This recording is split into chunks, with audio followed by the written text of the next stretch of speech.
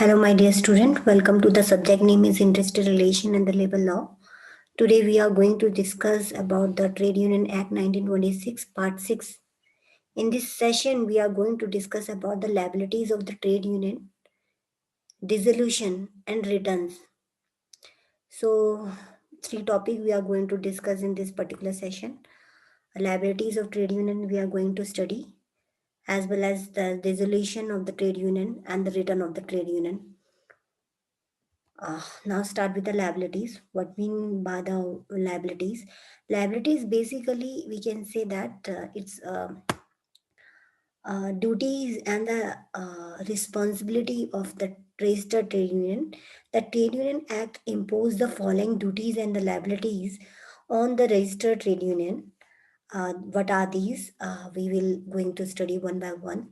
क्या क्या जिम्मेदारियां क्या क्या रिस्पॉन्सिबिलिटी होती है ट्रेड यूनियन में.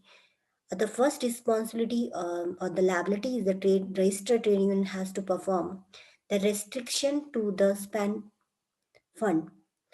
So, what do you mean by this? This means that use of the fund uh, strictly as per the provision under the section 15. Although it is a privilege for the registered trade union to have separate fund, but there are the restriction regarding the using of the amount of the fund, and the general fund of the registered trade union shall be spent only on the following objective, like the payment of salary, allowance, expenses to the administrative person of the trade union, the payment of expense for the administration of the trade union, and the auditing work or n number of activity which is performed by the trade union for the welfare of the worker. So there are the restriction which is given to the uh, trade registered trade union. They have to be spend this money only for the welfare of the worker or the for the general kind of from the general fund, not for the personal uses or for the voluntary reasons. The secondly responsibility is that if the trade union decide to promote its civil and the political activity, as you know that trade union is associated with the political party, and if the trade union want to spend its money for the civil or the political activity or the political promotion, then they have to use the separate fund, that is a political fund, for the promotion of the political activity. That is explained under 16. However, no trade union can force its member to subscribe its political fund. तो यहाँ पर main बात यही है कि trade union पे एक responsibility होती है कि अगर वो पॉलिटिकल एक्टिविटी के लिए कोई फंड यूज करना चाहती है, तो द पॉलिटिकल एक्टिविटी के लिए वो सेपरेट पॉलिटिकल फंड से पैसा निकाल सकती है. इसके बारे में सेक्शन 16 में बताया गया है. और साथ ही साथ trade union can't force the member और द एम्प्लॉइज टू सब्सक्राइब और to give the political fund. तो वहाँ वो प्रेशर नहीं कर सकती अपने एम्प्लॉइज को कि political fund they. Now, the second liabilities of the trade union must make an available record all its records, its book of account, and the list of the membership for the inspection, which is conferred in section 20 upon the request of any member or his representative. A trade union must have to make a record of all the record and all the book of account and list of the members fees for the inspection. They have to maintain all kind of records.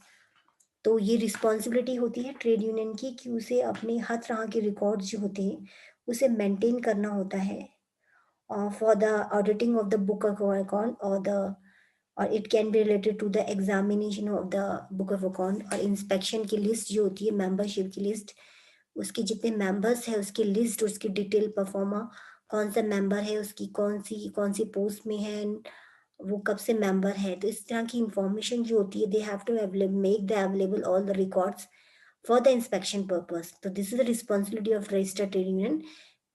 They have to maintain these kinds of record for the inspection purpose, and on the request of his representative or the member, ताकि उसका जो भी member हो या कोई representative हो, उसके लिए उसको इस तरह की रिपोर्ट्स तैयार रखनी पड़ती है. The another liabilities of the trade registered trade union is that minor and more than the 15 year of which is can member as per the section 21, but they can't hold office.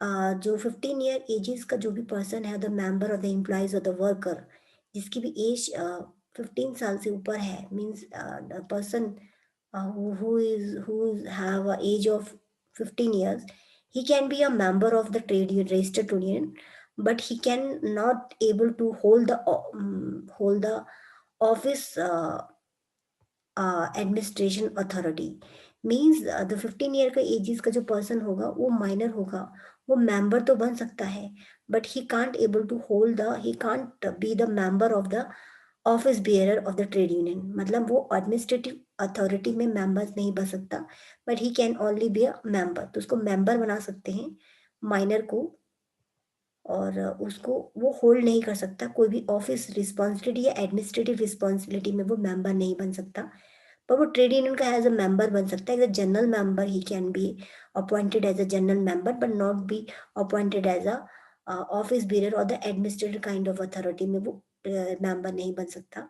उसके लिए उसको 18 year of edges complete करना होगा, then only the person can be appointed as a office bearer और the administrative authority of the trade union. की senior authority administrative authority में अगर किसी पर्सन को आना है तो उसको 18 ईयर एजेस कंप्लीट करने पड़ेंगे, but below the age 18 year ages में जो भी पर्सन होंगे और जिसकी एज 15 से 18 के बीच में है, he can be a member but can hold the office और can not be a office bearer member.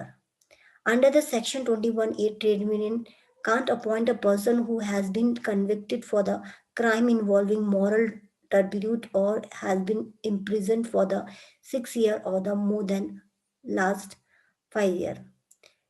यहाँ बेसिकली मीन्स ये है कि ट्रेड यूनियन में कोई भी ऐसा पर्सन अपॉइंटेड नहीं होना चाहिए, ट्रेड यूनियन में कोई भी ऐसा मेंबर नहीं होना चाहिए जिसने कोई भी क्राइम किया हो जो मॉरली नॉट गुड, और उसको 6 साल 6 मंथ या 5 साल से लास्ट 5 सालों में उसको 6 मंथ में कोई भी सजा नहीं होनी चाहिए।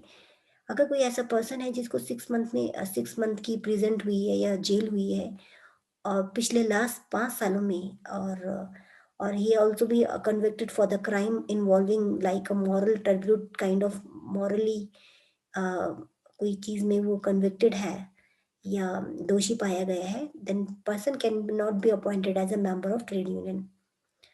This is a responsibility and the rules under the trade union. Under the section 22, at least half of the office bearer of the trade union must be engaged or employed in industry to the which trade union is concerned, and they also use the power judicially by removing any member.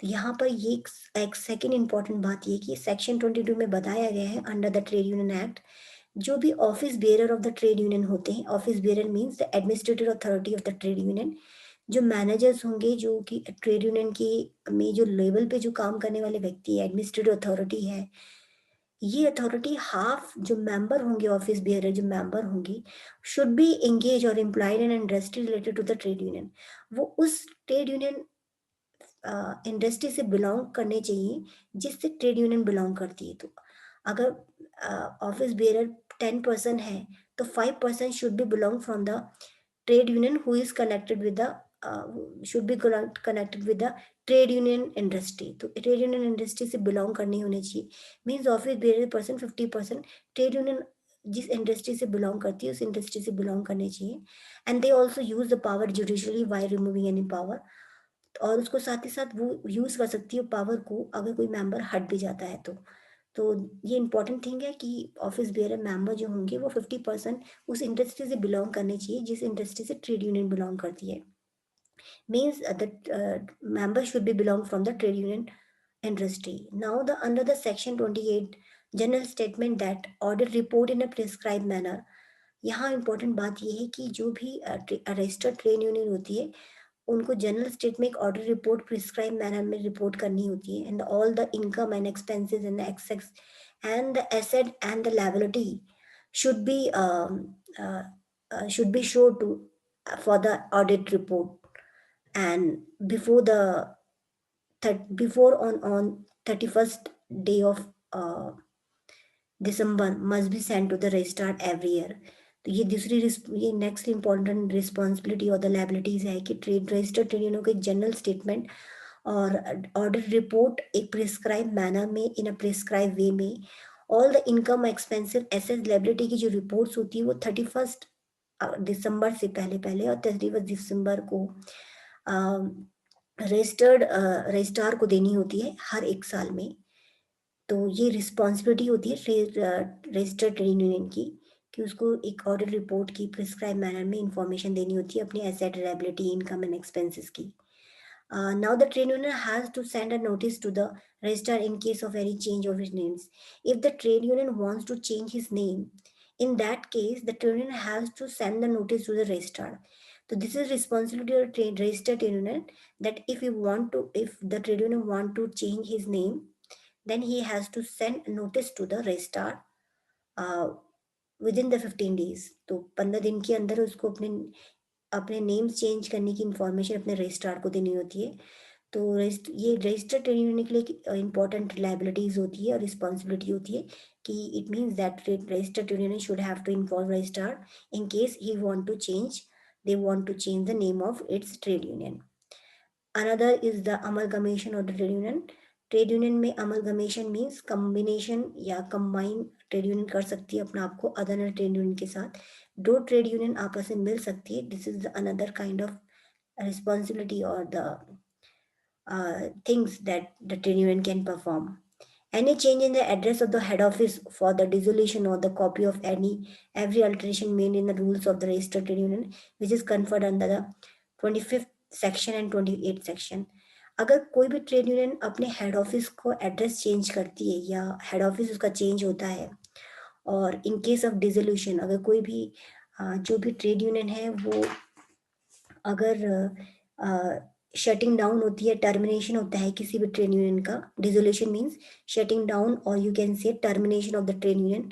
अगर कोई भी ऐसा trade union जिसका address change हो रहा है या उसका डिसोल्यूशन हो रहा है उसका टर्मिनेशन हो रहा है उसको इस तरह के अल्टरनेशन की जो भी इंफॉर्मेशन होती है वो रजिस्टर्ड ट्रेड यूनियन को copy of every alteration made in the rules of the तो उसको इसकी इंफॉर्मेशन अपने रजिस्ट्रार को देनी होती है। This is another responsibility that trade union has to perform. Another, the section 25 में notice of change of the name of the amalgamation. कुछ notice होते हैं the trade union has to give to the registrar. अगर trade union अपने name को change कर रही है अमलगमेशन कर रही है किसी दूसरी ट्रेड यूनियन के साथ कंबाइन हो रही है दैट इज अमलगमेशन तो उसको notice in writing of every change of the name of the every amalgamation sign in case of the change of name. तो उसको अपनी हर एक इंफॉर्मेशन नोटिस में राइटिंग फॉर्म में देनी होती है by the secretary and the 7 member of the trade union changing its name. अगर कोई ट्रेड यूनियन अपने नेम को चेंज करना चाहती है तो उसको अपने सेक्रेटरी से साइन कराने होते हैं document as well as 7 member अपने ट्रेड यूनियन के 7 मेंबर से उसके साइन होने चाहिए then only the trade union can change his name. In case of amalgamation अगर कोई दो या दो से ज्यादा यूनियन आपस से मिलती है अमलगमेशन होता है कंबाइन होता है then the trade union has to sign the document by the secretary and the 7 member of each and every trade union. जो ट्रेड यूनियन आपस में कंबाइन हो रही है उनके हर एक 7 मेंबर्स प्लस सेक्रेटरी से साइन होना चाहिए एंड इसकी रिपोर्ट जो होती है वो रजिस्ट्रार को देनी चाहिए। And if the head office of the amalgamation trade union is situated in different state to the register of the such state.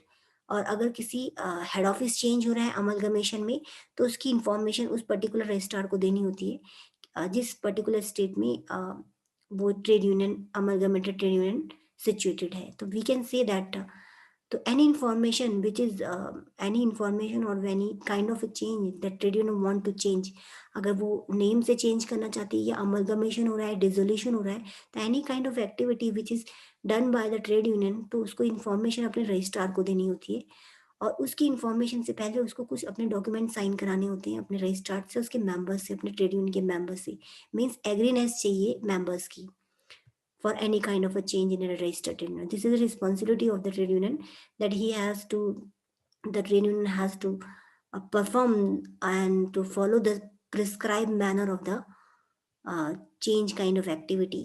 तो जिस भी चेंज काइंड ऑफ एक्टिविटी जो भी होती है तो उसको प्रिस्क्राइब मैनर में फॉर्म करनी होती है। Now under the section 26 the effect of change of name और द अमलगमेशन, क्या होता है अगर किसी भी ट्रेड यूनियन का नेम चेंज हो जाता है और अमलगमेशन होता है, क्या ट्रेड यूनियन की जो भी रिस्पॉन्सिबिलिटीज है, लाइबिलिटीज है और जो ड्यूटीज है वो चेंज होती है क्या? The change in the name of the registered trade union shall not be affected any rights and obligation of the trade union. तो अगर कोई भी ट्रेड यूनियन अपना नेम चेंज कराती है या अमलगमेशन होता है तो उसकी right and duties should be same as the previous one. तो यहाँ पर कोई चेंज नहीं होगा राइट एंड ऑब्लिगेशन में।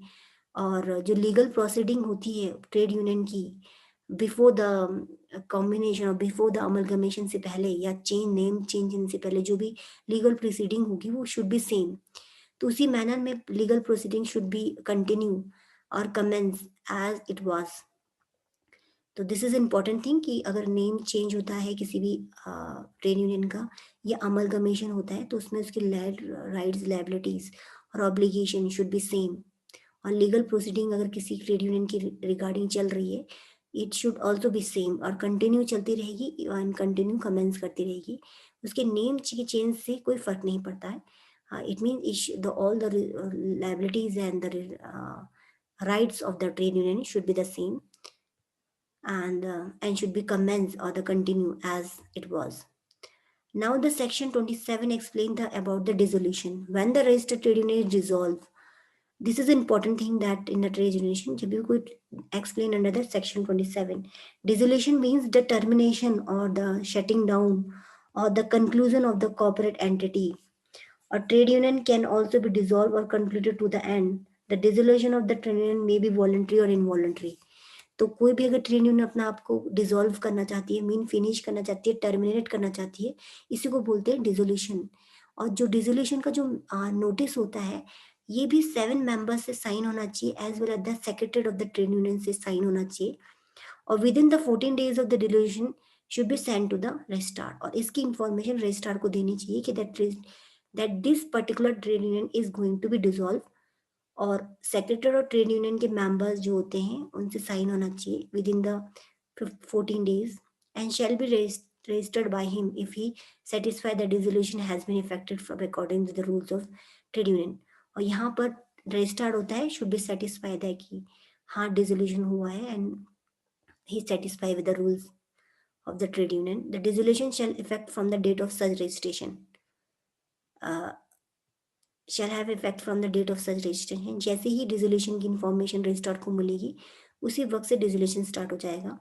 when the dissolution of the registered trade union has been registered and the rules of the trade union do not provide for the distribution of the fund for the trade union on the dissolution। और fund से related अगर कोई भी trade union अगर dissolve होती है तो what about the distribution of the fund, fund का क्या होगा? जिस ट्रेड यूनियन के पास पैसा है उस फंड का क्या किया जाएगा?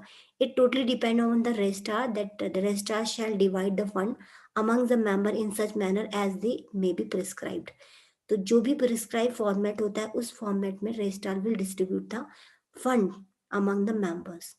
तो डिसोल्यूशन कोई भी अगर कोई भी ट्रेड यूनियन ब्रेक डाउन होता है, ट्रेड यूनियन अगर डिसॉल्व होती है तो यहाँ पर ये इंफॉर्मेशन इस प्रिस्क्राइब मैनर में ट्रेड यूनियन को परफॉर्म करना होता है। This is the responsibility of the trade union that they have to perform in this way so that the trade union can dissolve easily। Now the section 28 explain the return, that is a return should there shall be a send annually to the registrar। तो this is another responsibility that trade union has to perform, that trade union को return से related अपनी annually जो information होती है वो registrar को देनी होती है ऑन और on before the such day में बी प्रिस्क्राइब। जिस भी डेट में प्रिस्क्राइब मैनर में डेट जिस डेट को है और उससे पहले ही रिटर्न फॉर्मेट भर देना चाहिए ट्रेड यूनियन को। ट्रेड यूनियन में रिटर्न कैसे क्या होते हैं? ट्रेड यूनियन में जो रिटर्न होता है बेसिकली जनरल स्टेटमेंट और the audit in a prescribe manner में होना चाहिए। ऑडिटिंग काइंड्स ऑफ रिपोर्ट्स होती है, means all the received and expenditure of the every registered trade union using during the year ending on the 31st day of December। से पहले जितनी भी receipt और एक्सपेंडिचर है, जितनी भी इनकम एंड एक्सपेंडिचर है उसकी इंफॉर्मेशन 31 दिसंबर से पहले पहले रजिस्ट्रार को सेंड करनी होती है। And as well as the trade union has to give the information about the asset and liability of the trade union existing on the 31st day of the December। जो भी trade union के पास asset और liability है उसकी information भी उसको annually registrar को देनी होती है। and this statement shall be prepared in such form or shall be comprised at the particular as may be prescribed. जो ये statement है about the asset liability and receipt and expenditure information should be given in a prescribed manner by the trade union, registered trade union. तो trade union को prescribe manner में हर एक information annually registrar को देनी होती है. This is the return format given under the Indian trade union act 1926 में इसके बारे में इंफॉर्मेशन है अंडर द सेक्शन 28. तो ये सब लाइबिलिटीज है जो ट्रेड यूनियन को परफॉर्म करनी होती है. और in a conclusion part we can say that the commence of the trade union is a boon for the labour. The emergence of the trade union, एक ट्रेड यूनियन बेसिकली एक beneficial और you can say that एक वरदान है labour के लिए. Labour को अपने राइट्स अगर चाहिए हैं और ही इफ लीडर और labour or the worker unable to represent individually or can't able to get his right, so the labor can take the help of trade union. और ट्रेड यूनियन का जो मेन पर्पस यही होता है taking the collective action for their benefits. Main trade union को work यही होता है कि अपने वर्कर के लिए उनके बेनिफिट्स उन्हें प्रोवाइड करना, उनके इंटरेस्ट को उन्हें प्रोवाइड करना, as well as ensuring the smooth functioning of the union. और trade union was enacted where the certain right and liabilities protect their interest. तो यहाँ पर ट्रेड यूनियन का जो मेन एक्ट है, जो बेसिकली जो ट्रेड यूनियन एक्ट है, इसका मेन वर्क यही होता है कि राइट एंड लायबिलिटीज जो भी है एक ट्रेड यूनियन की उसे प्रोटेक्ट करना, ट्रेड यूनियन का एक्सप्लॉयटेशन और जो वर्कर का एक्सप्लॉयटेशन है उसे रोकना. Trade union act 1926 is basically registration of the trade union है. Trade union act basically trade union के लिए बना हुआ है ताकि ट्रेड यूनियन का रजिस्ट्रेशन हो, ट्रेड यूनियन अच्छे से स्मूथली वे में काम कर सके, ताकि लेबर जो है वो बेनिफिट ले सके ट्रेड यूनियन से, एक रजिस्टर्ड ट्रेड यूनियन से. एक रजिस्टर्ड ट्रेड यूनियन होगी then only the labour can benefit from the registered trade union. और यहाँ पर अगर किसी भी ऑर्गेनाइजेशन में collective bargaining in a fruitful way और इन अ लॉफुल वे अगर करवानी है then only the this process will be done by the trade union. और ट्रेड यूनियन अगर रजिस्टर्ड होगी तभी जाके worker get the benefit of the collective bargaining. तो we can say that trade union act as a mediator between the worker and the employer, or it's basically a bridge between the employer and worker. If the trade union perform well, then only the worker get the benefit and interest from the organization. और एक smooth functioning of the organization तभी successful, एक factory में work तभी smoothly हो पाएगा जब worker happy रहेगा. Happy worker is a productive worker. Then we can say एक हेल्दी एंड हैप्पी वर्कर तभी होगा जब उसके उसके राइट्स मिलेंगे, उसके इंटरेस्ट मिलेंगे. So this is all about the trade union act 1926, जो कि ट्रेड यूनियन के रजिस्ट्रेशन से रिलेटेड है और ट्रेड यूनियन बेसिकली वर्क करती है for the worker. So this is all about the today session. My dear student, I am going to give you assignment number 7 in the industrial law subject में. आपको assignment number 6 देने वाला, 7 दे रही हूँ मैं आपको. You have to explain the importance of trade union. आपको trade union की इंपॉर्टेंस बतानी है कि ट्रेड यूनियन का मेन वर्क क्या होता है, इसकी इंपॉर्टेंस बतानी है आपको. And this assignment you have to submit. The last date of this assignment is 30th November 2020, and the link will be provided in the description box. So this is all about. Thank you, my dear student.